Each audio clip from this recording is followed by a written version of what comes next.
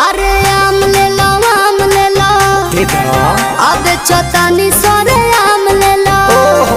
कैसे बा हो लगे आके खुले आम ले लो बाधे रही तमाम ले लो।